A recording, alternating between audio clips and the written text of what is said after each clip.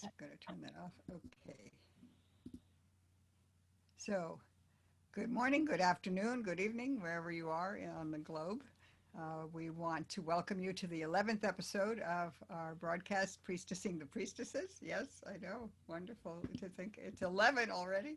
And we're honored today to welcome Mandisa Wood from California as our guest and as somebody who brings so much to this conversation and has for a long time.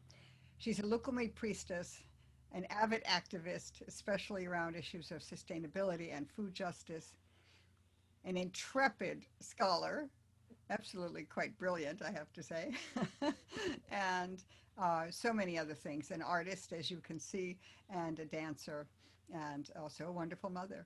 So we welcome you, Mandisa, and Kohenet, my co-host, Kohenet and Matan. Wonderful to see you. And just great to be here and looking forward to this conversation about how do we take care of ourselves in a time that is increasingly, it seems, challenging day by day. And how do we care for ourselves and sustain ourselves in a way that enables us to lead and support and comfort and nurture others.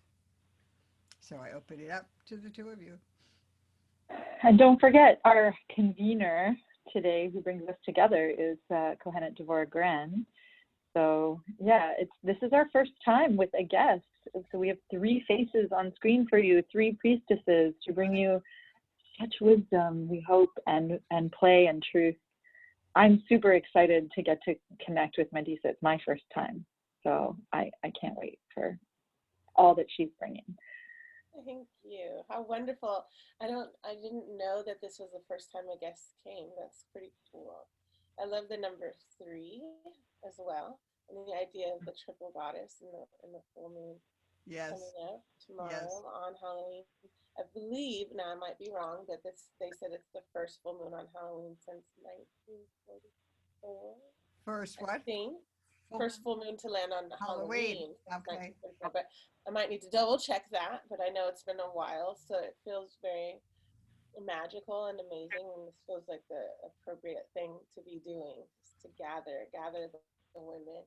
Gathering the women is a theme that comes up for me a lot, and it used to come up in a way where I felt like we were returning from battle, and I think sometimes it can still feel that way when you know, especially at the end of the day, end of the week, you have that weariness sometimes.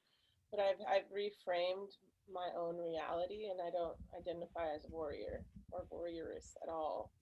And I did that because I kept coming up against an energy that felt very patriarchal and in opposition to me.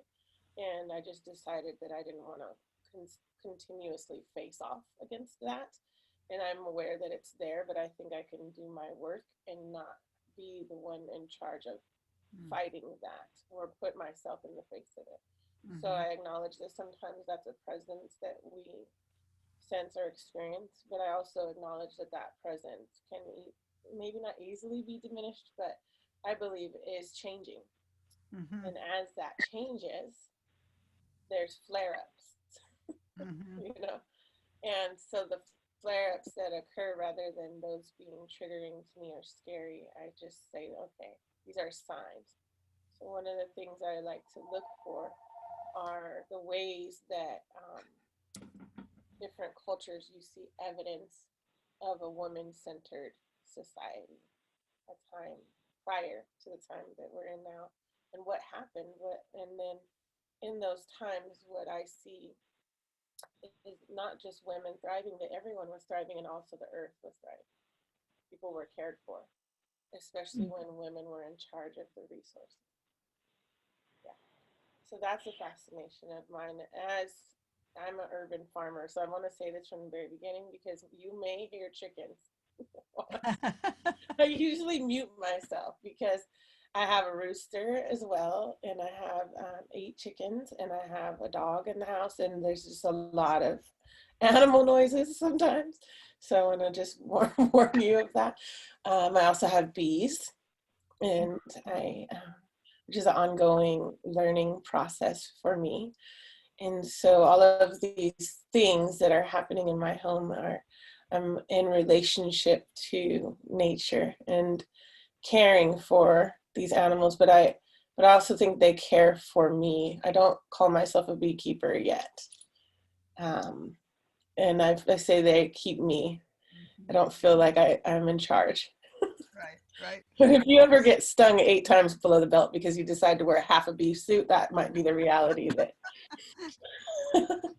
But I think about this time of year, October, and very end of October, and we feel that it's getting cooler.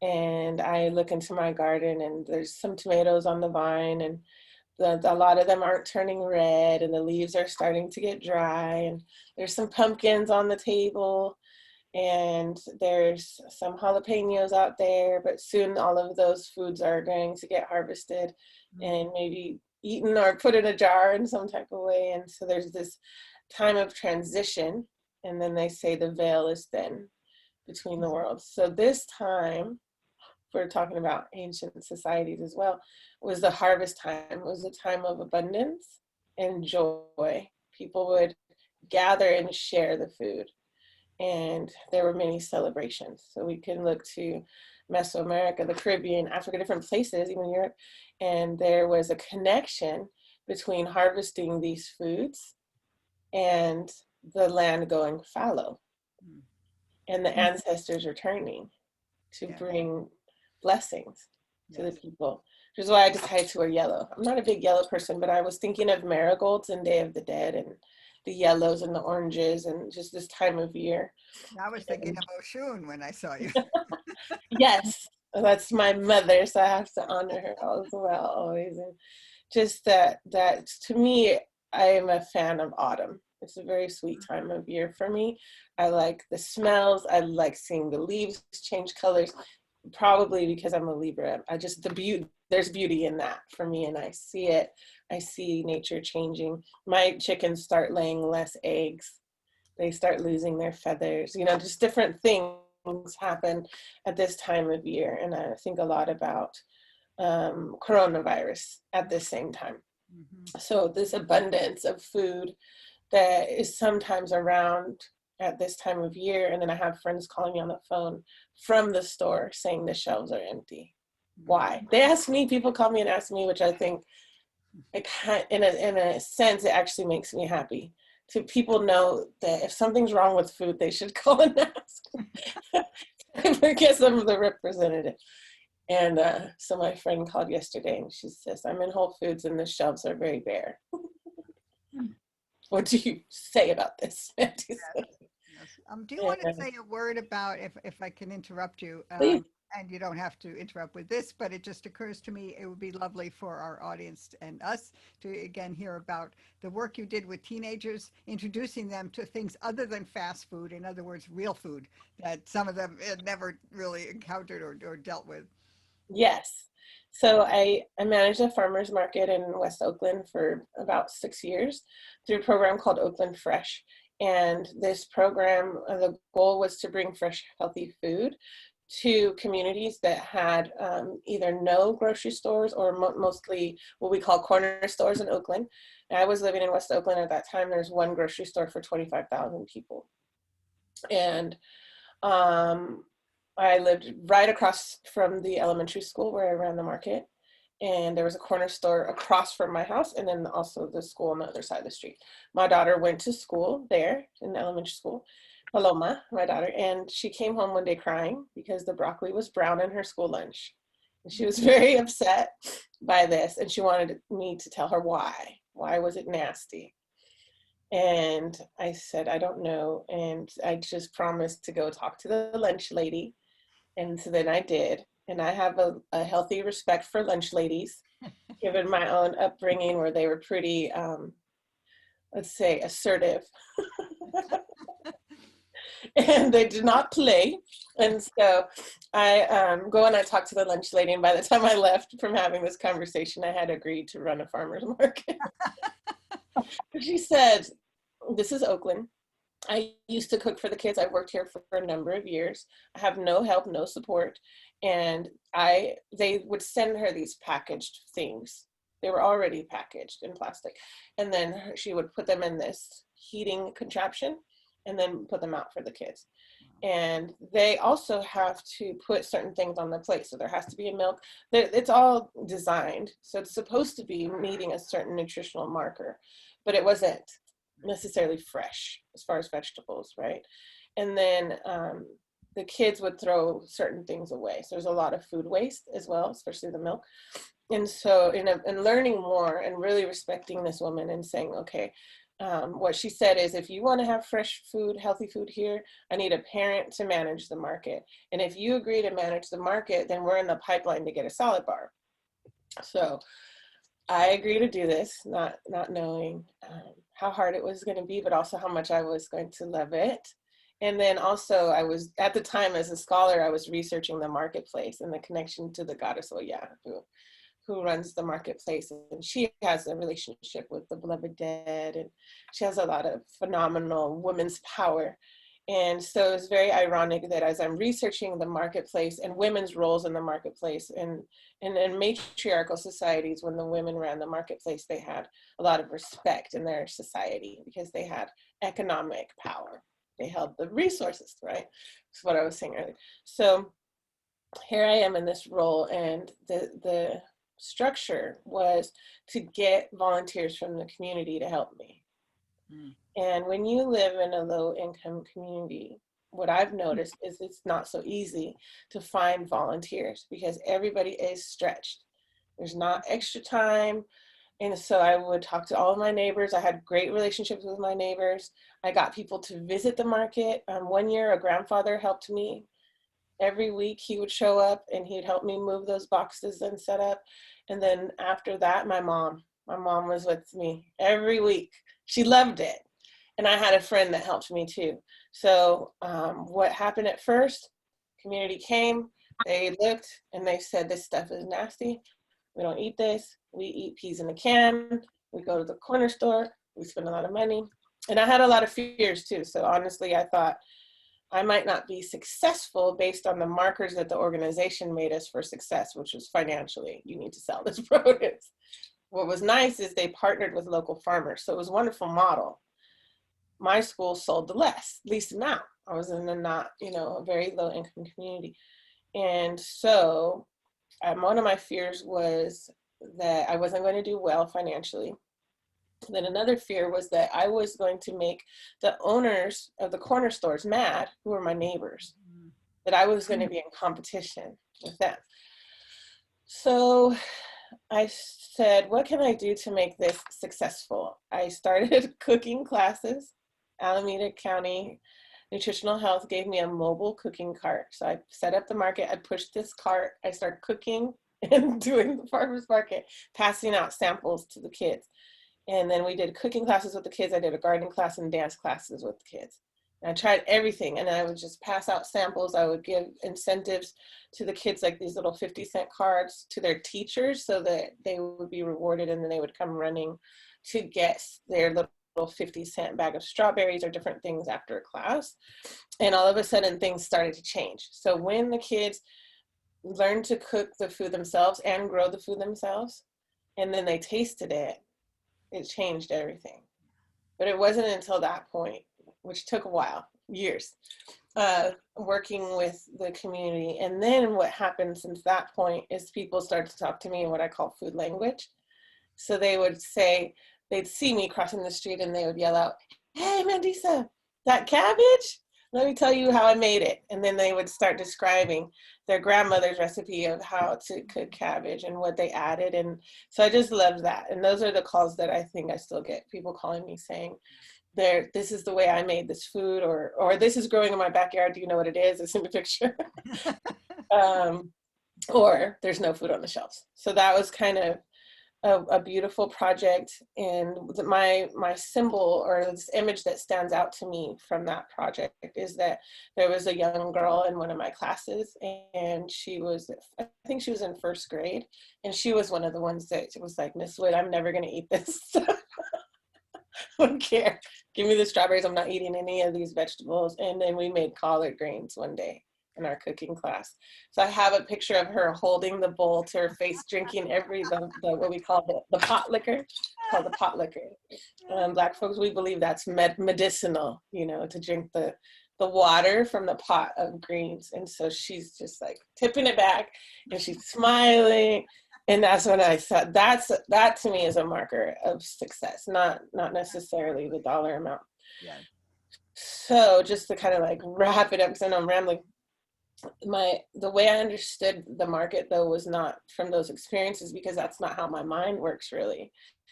I knew I loved it and it changed my life. So that's when I ended up getting chickens in the yard and gardening more. So all of this from the brown broccoli, right?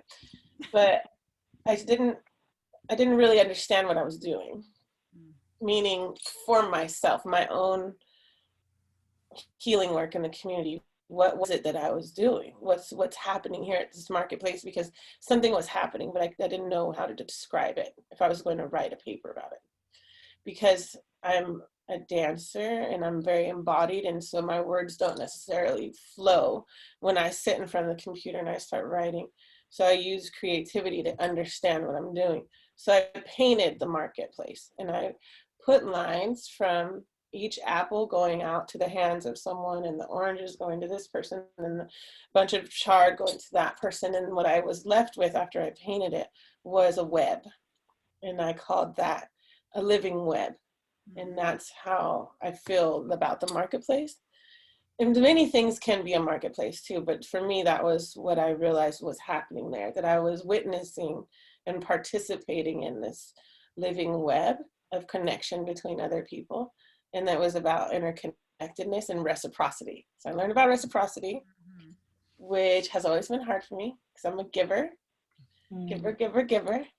And I learned about receiving and how to improve, receiving love, receiving help, all of those things, instead of just always giving, because the web wouldn't have worked if I wasn't also receiving as well.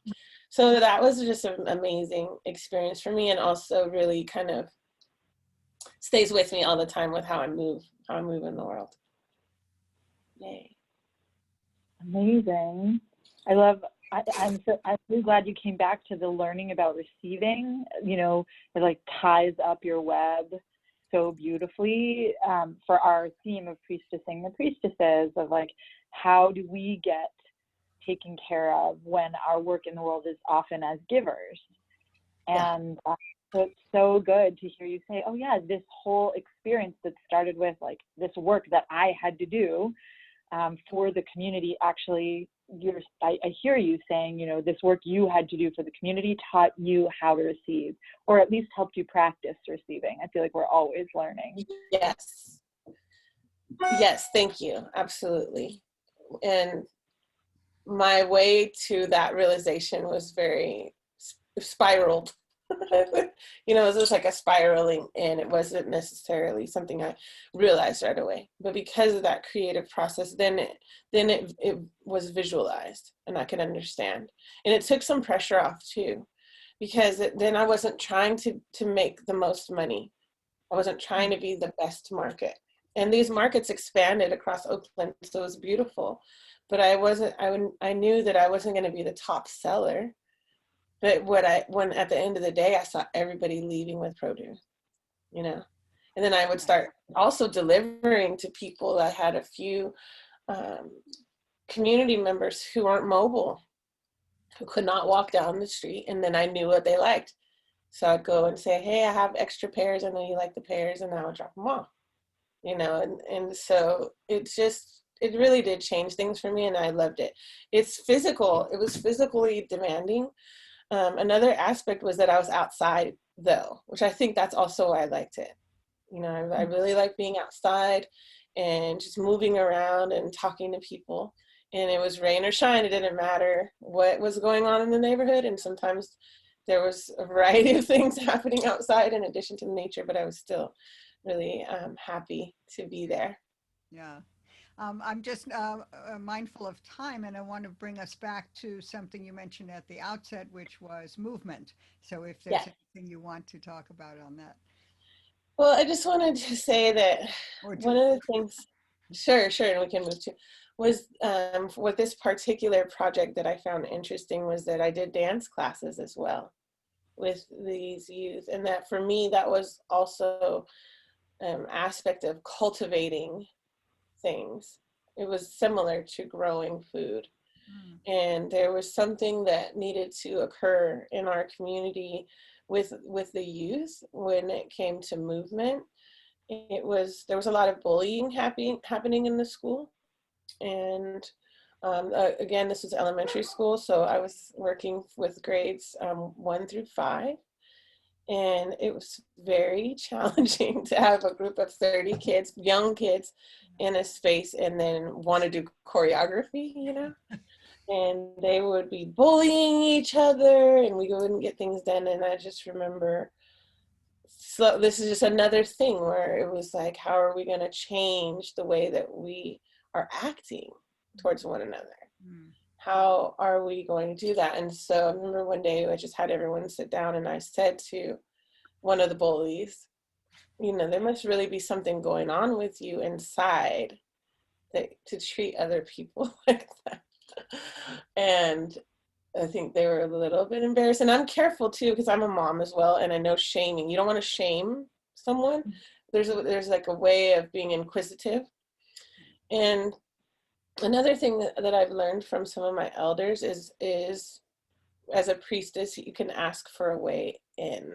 Like, how can I reach this person? What's the best thing that I can do? And just and waiting, seeing what the universe shows you is the way into that different person, because every person was different. So movement was really fun for me, and just another aspect. And we would be painting in the garden, we would dance, we would cook food, and we started having just different events all around the marketplace. And that's what the marketplace, the function of the marketplace has always been. It was a ritual center. And it was often in front of, for example, if you look in Egypt, there would be a marketplace in front of a pyramid. So you would stop there and get your materials that you would need to make offering going inside. In India, it's set up that way. In Mexico, it's set up that way. All over the world, Africa too. Or there would be actual rituals that happen in the marketplace itself.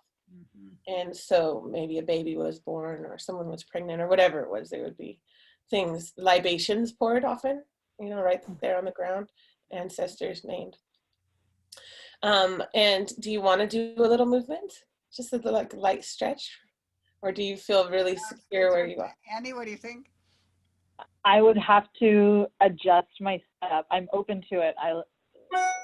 Let's just do it sitting. Yeah, sitting Yeah. would be Let's just sit and do it. Okay. So we'll I'm describe it. really happy to be on camera for this. No, I know. Me too. That's why I was saying I will go back up, and I don't know how much of me you'd be able to see once I stood up. Right, This is our reality. pretty cramped. This is our Zoom reality. Yeah. Sorry, say it again, Deborah. Oh, just that my space is also pretty cramped at the moment. So, no worries. So the reason why I bring up movement is when I think of priestessing the priestess, what I've learned from my mentors is the content you bring. One good way of looking what to share is what you need yourself. Right? Always. So I always, and I can actually agonize over showing up for a presentation, and sometimes I don't know what to do or say until the last minute. I know I don't have to be like this. I mean, I've done so many things. I could just pick something, but that's not how it works for me. I have to feel it. Yeah. There has to be something has to light up inside of me, because everything is a healing work. And I want it to be appropriate for whoever's going to see that. And so when I think of what do I need, I know I've just gone through a week of a ton of Zoom calls. And I'm sitting more than I would normally as a teacher. So before, I would stand up in front of class always, and I would walk back and forth, back and forth. I don't ever hold still when I'm teaching. I actually can't.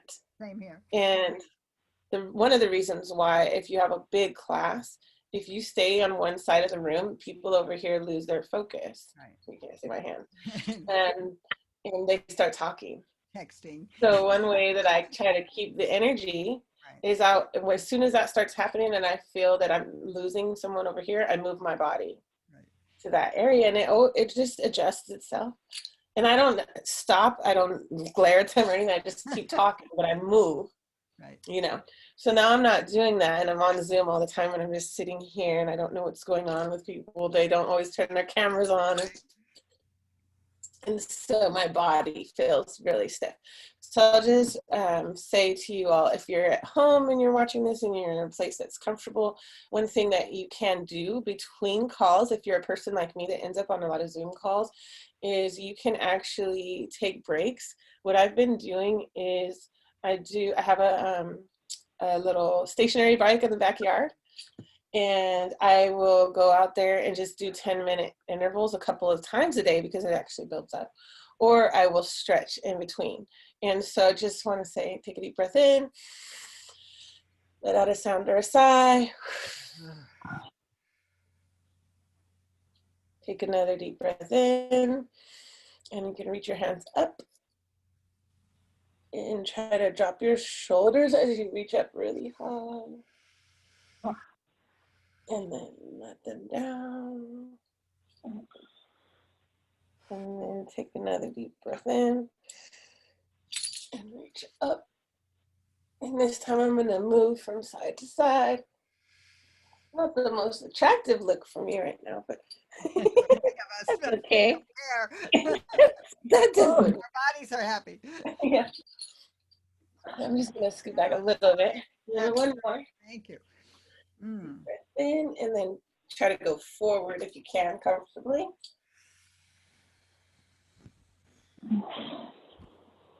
Roll, roll, roll. Up. Okay. Wow, that's amazing. Even that little bit makes a big energy. Yeah. And I learned from Starhawk some years ago, and she still says it, that having your arms raised for 15 seconds can lower cortisol levels. Wow. I do that every morning. I say a Modani morning prayer, and that's what I'm doing while I'm praying to a particular tree. Really? That's amazing. And then you have your arms up? Yeah, just straight up. Of course, we would, do little variations on that, but yeah. Thank you. Wonderful. Yeah, wonderful example of how to weave embodiment into what seems like a really static practice. Annie? Yeah, I love Mandisa. Devorah and I have been meeting and we talk, and our conversations, even though we're often talking about things that are happening in our bodies, the things we're talking about are generally quite heady. And I love that everything that you brought today brings us back to the body, and what you described in the marketplace, and combining, food, like the dancing, the cooking, all of those experiences were really, and I love the juxtaposition of those things in front of the school, which also is like, sit still, use your head, sort of cut off everything from the neck down. And what you brought to that community and the story that you shared with us is embodiment, and how, right, like being in our bodies helps us be whole humans. It also helps us feel our feelings, and integrate all of the learning and the experiences and the nourishment of everything else that's going on. And so you brought that to us today too, with the stories, and also the invitation to actually be in our bodies and move our bodies. So I'm really grateful for that perspective, that, I'm really grateful to have you and your specialties. Oh, and art too, right? Like the painting you were describing. Those aren't pieces that we've really touched on here before. So it's great. So great to have. I get lost in the one behind you. I still get lost in that one. Do you want to say anything about that one, Mandisa, or not? This one here? Yeah. Yes. Okay. That's Miss Mary Black. I actually painted her at the time when I was doing the marketplace. And what I was doing was, I have a lot of people I work with that love the Black Madonna. And I love the Black Madonna too, but I'm not so heavily into the Christian faith, although I have a lot of respect for it. And so when the Madonna came to me personally, I saw her differently. And so she has cornrows, like her hair is braided, that she's not covered with a cloak. Nice. kind of androgynous, muscular, Yeah. holding the crescent moon with the 13 notches in it, Ah, and the hand by the womb holding a candle. ah, so beautiful. And the story and the robes with the stars of the sky are torn, and there's fire and there's ashes and smoke behind her. Ooh, So what she revealed herself to be to me was the one you pray to when your best friend's been shot, like the one you pray to when there's tragedy in your life, the one that you pray to when you don't know if you're okay, or like really serious energy that she has, and an aspect of tearing and piecing things back together. So a healer for sure. So I deliver her to this gallery, and then they call me. This is the first time she's going to be in a show, and they say, you know, she's ripped. I'm like, what? There's a tear in the canvas. wow. You can't really see it, but it's right here. What I did was I just put a snake skin, real snake skin from the shed of a snake there, and ribbons and keys and bones and things. Where is it? Where's the snake skin around her neck? I'll hold it up so you can see. Oh, thank you. And I didn't know there were 13 notches in the moon. Oh Awesome. yeah. Which is, you know, honoring what Max Statue calls the matristic goddesses. Uh-huh. I don't know if you could see that very well. Yes. Beautiful. Thank you. And a little And blue eye, a little amulet against evil eye, right? Yeah, now that part, I didn't know that was going to happen. So that's usually how my paintings go. Right. She's just, you know. And so I just I had painted an eye, and then next thing you know, she wants a rose there. Yes. And I wish you would make prints of her. I need to, you're right. My elders came, was looking at all of my artwork. And this is a woman of few words, very stern. And she's like, you know, you've been painting Agayu all this time, because Agayu is often represented by one eye. So it was kind of interesting that their interpretation was that if I start looking at some of my art, there would be one eye, or the face was turned, or something was going on. So I thought that was kind of interesting interpretation. Yeah. Wonderful. So yes, thank you. I just want to mention one other thing, and I don't know if it's in your tradition. In Yoruba, as I'm sure you know, at the end of somebody's initiation, I think at the end of the Yawo period, actually, there are 9 days, a 9-day period, and it might be right at the end of the initial initiation, but there is a procession to the marketplace.